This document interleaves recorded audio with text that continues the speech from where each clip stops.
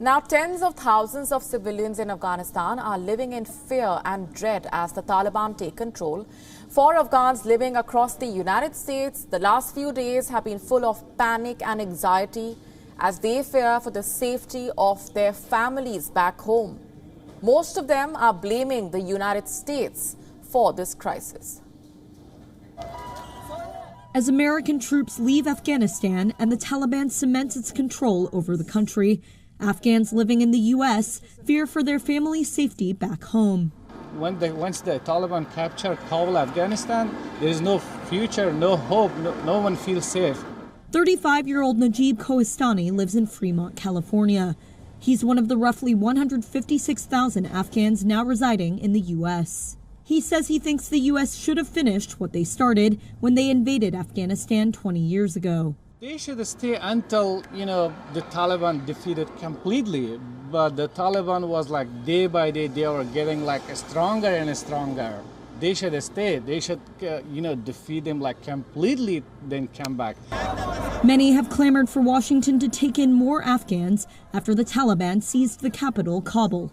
Thousands of desperate civilians rushed to Kabul airport on Monday, prompting the U.S. to suspend evacuations. Some clung to a U.S. military plane as it taxied on the runway, according to local broadcaster Tolo News. Aisha Wahab, the first Afghan-American woman to be elected to U.S. public office, called the withdrawal heartbreaking. The sad fact of the matter is that there was no attempt for nation building. And even with these governments in place, the United States legitimized warlords of the previous decades in positions of power and gave them more authority and more control in the country. That right there started the catalyst to what we see today.